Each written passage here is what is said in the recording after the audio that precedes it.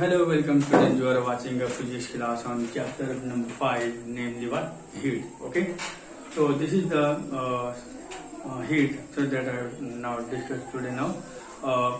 When you go outside during the noon, जब आप दोपहर को बाहर निकलते हो तो आपको कितनी गर्मी लगती है। जब आप शाम को घर लौटते हो तो आपको ठंडक महसूस होता है ना। तो ये जो है ये हीट के चलते होता है। सपोज अगर आप when you take a bowl of tea, अगर आप एक कटोरे एक क्या बोलते हैं बाउल में चाय लेते हो या कप लेते हो, कोई दिक्कत नहीं है। तो अगर आप उसको पकड़ोगे when you touch it then you feel hot।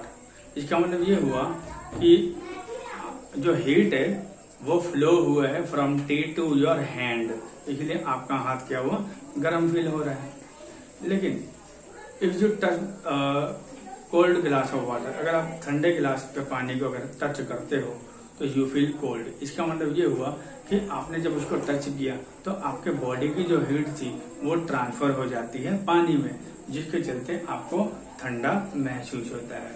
Okay, तो याद रखना अगर दोनों बॉडी का टेम्परेचर एक हो तो उसमें हीट फ्लो नहीं होता है, ये दिमाग में रखना है। तो हीट फ्लो कैसे करता, how does the heat flow, you must keep in mind heat flows from a body at higher temperature to a body at lower temperature. Okay, तो सबसे पहले हम बात करेंगे हीट का डिफाइन कैसे करेंगे। मैं तो बात करूंगा हीट का डिफाइन कैसे करेंगे।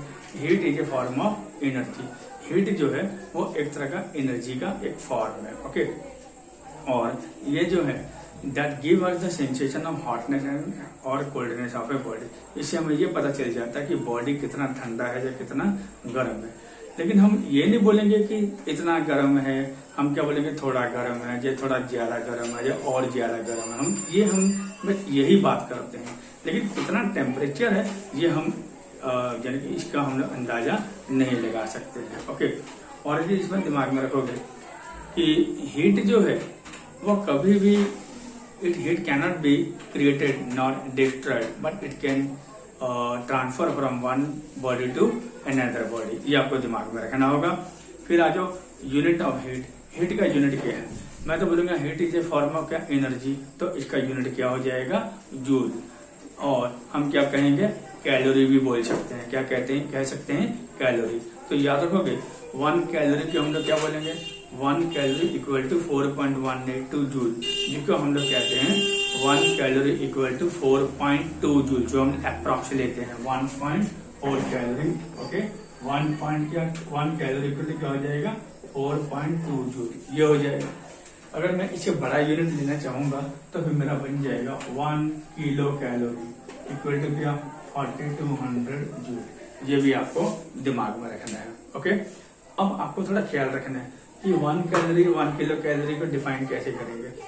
1 कैलोरी को डिफाइन हम कैसे करेंगे, 1 calorie mean it is the amount of heat required. कितना उसको गर्म करेंगे, किसको गर्म करेंगे, 1 ग्राम पानी को। किस लिए गर्म करेंगे, ताकि उसका 1 डिग्री तापमान क्या हो जाए, बढ़ जाए। इसी को हम लोग क्या कहेंगे, 1 calorie means the amount of heat required to raise the temperature of 1 gram of water by 1 degree Celsius। तभी हम उसको क्या कहेंगे, 1 कैलोरी। अगर आपसे पूछा जाए कि 1 कैलोरी का डिफाइन कैसे करेंगे, तो हम कहेंगे the amount of heat required to raise the temperature of 1 kg of water by 1 degree Celsius. 1 kilogram पानी को कितना गर्म करेंगे जिससे कि उसका तापमान 1 डिग्री बढ़ जाए, तभी हम उसको क्या कहेंगे, 1 किलो कैलोरी कहेंगे। ओके, तो ये चीज आपको समझना है। फिर आ जाओ टेम्परेचर के बारे में बात करेंगे। अगर क्वेश्चन कहा जाएगा what do you mean by temperature, temperature means what, temperature is the degree of hotness or coldness of a body. Temperature क्या है, ये हमें बताता है कि degree or degree measure of degree or coldness of a body, मतलब body कितना गर्म है कितना ठंडा है, उसके बारे में हमें पता चलता है। याद रखोगे हीट और टेम्परेचर दोनों एक नहीं है, ये दिमाग में रखना है। Heat and temperature are not a same. Okay, लेकिन ये दोनों एक दूसरे के साथ लिंक है, मगर ये दोनों में कोई समानता नहीं है। इन दोनों में कहीं ना कहीं क्या है, डिफरेंस है। ओके, फिर आ जाओ टेम्परेचर का यूनिट क्या है। मैं बोलूंगा टेम्परेचर का यूनिट डिग्री सेल्सियस है, टेम्परेचर का यूनिट केल्विन है, टेम्परेचर का यूनिट फ़ारेनहाइट है, टेम्परेचर का यूनिट रैंकिन है। तो 4 तरह का यूनिट आ गया। लेकिन हम लोग जो खासकर हम लोग जो डेली लाइफ में जो हम लोग यूज करते हैं वो हम लोग कौन सा यूज करते हैं? नंबर 1 सेंटीग्रेड यानी कि सेल्सियस में, नंबर 2 फ़ारेनहाइट में। ये क्लियर हो गया। फिर आ जाओ थर्मोमीटर।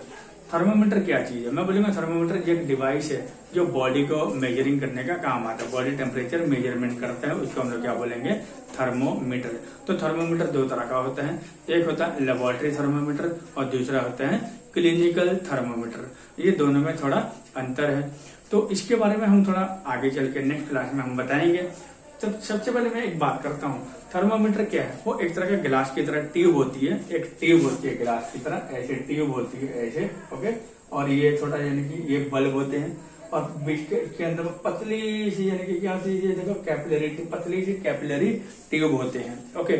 तो ये जो पतली कैपिलरी जो ट्यूब होते हैं इसी के अंदर में लिक्विड होता है, वो लिक्विड क्या है? मरकरी।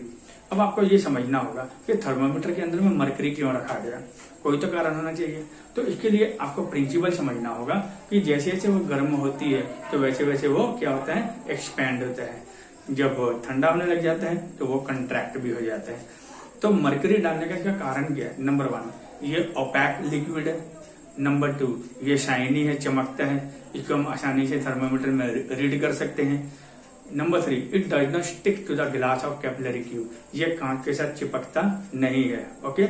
इसके अलावा इसका जो फ्रीजिंग पॉइंट है और बॉइलिंग पॉइंट है, फ्रीजिंग पॉइंट बहुत ज्यादा ही कम है और बॉइलिंग पॉइंट बहुत ज्यादा हाई है। ये ना उबलता है ना ही ये जम जाती है, इसलिए थर्मोमीटर के अंदर में मरकरी का यूज किया रहता है, ओके। इसके अलावा ये क्या है?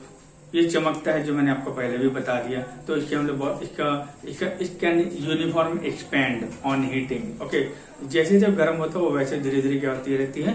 वो एक्सपैंड होते रहते हैं। यही वजह है कि थर्मोमीटर में इसका यूज होता है, मरकरी का यूज होता है। तो बस आज इतना ही। नेक्स्ट क्लास में हम थर्मोमीटर के बारे में बताएंगे, तब हम अगली क्लास में फिर मुलाकात करेंगे। तब तक बाय बाय।